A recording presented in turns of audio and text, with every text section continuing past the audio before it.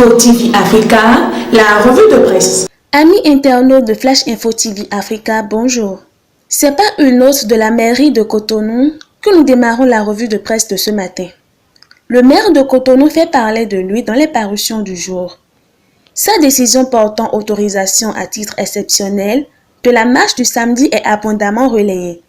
Jack Mata écrit que le maire Luc Atropo a levé exceptionnellement l'interdiction en ce qui concerne la marche des femmes béninoises pour la paix prévue pour demain. La priorité dans la même optique affiche en manchette « Importante marche pour la paix ». Atropo donne son quitus. À en croire ce quotidien, l'objectif poursuivi est de sensibiliser les populations sur la promotion de la paix en cette période préélectorale au cours de laquelle les esprits ont tendance à s'échauffer par suite des manœuvres politiques.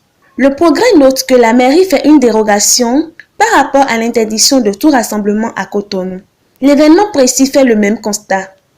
Dynamisme Info de son côté croit savoir que cette volte-face du maire serait due aux pressions venant des mains invisibles.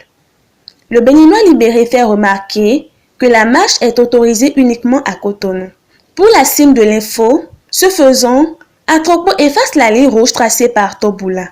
Le Progrès, la priorité et Jack Mata publient dans leur colonne l'arrêté du maire de la ville de Cotonou à ce propos. Le Soleil Bénin Info ajoute à toute fin que le ministre de l'Intérieur a également donné son accord. De Cotonou, rendons-nous à Porte-Novo précisément à la Cour de répression des infractions économiques et du terrorisme CRIET. Le Télégramme écrit que des responsables de deux structures ont été mis sous mandat dans un dossier de e-commerce. Le potentiel précise qu'ils sont 4 au total et mentionne qu'on leur reproche entre autres des faits d'escroquerie via Internet, la fraude fiscale et le blanchiment de capitaux.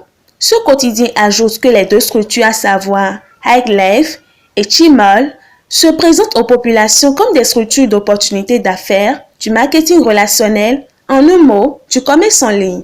Toujours justice, le Télégramme nous apprend que le commissaire adjoint de la brigade de protection du littoral a été déposé en prison pour vol de riz avarié. Le potentiel donne la même information et signale que le commissaire mis en cause dans l'affaire serait rendu notamment accompagné des civils pour soustraire frauduleusement des sacs de riz arraisonnés et entreposés dans l'enceinte de la brigade.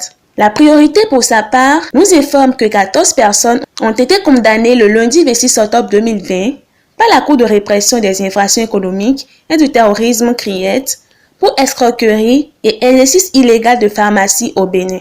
D'après les explications du journal, parmi les 14, 4 ont écopé de 5 ans d'emprisonnement, dont 4 assortis de sursis, le reste s'en est sorti avec 2 ou 5 ans d'emprisonnement ferme. Et ce serait tout pour la revue de presse de ce matin que je vous remercie d'avoir suivi. Flash Info TV Africa, la revue de presse.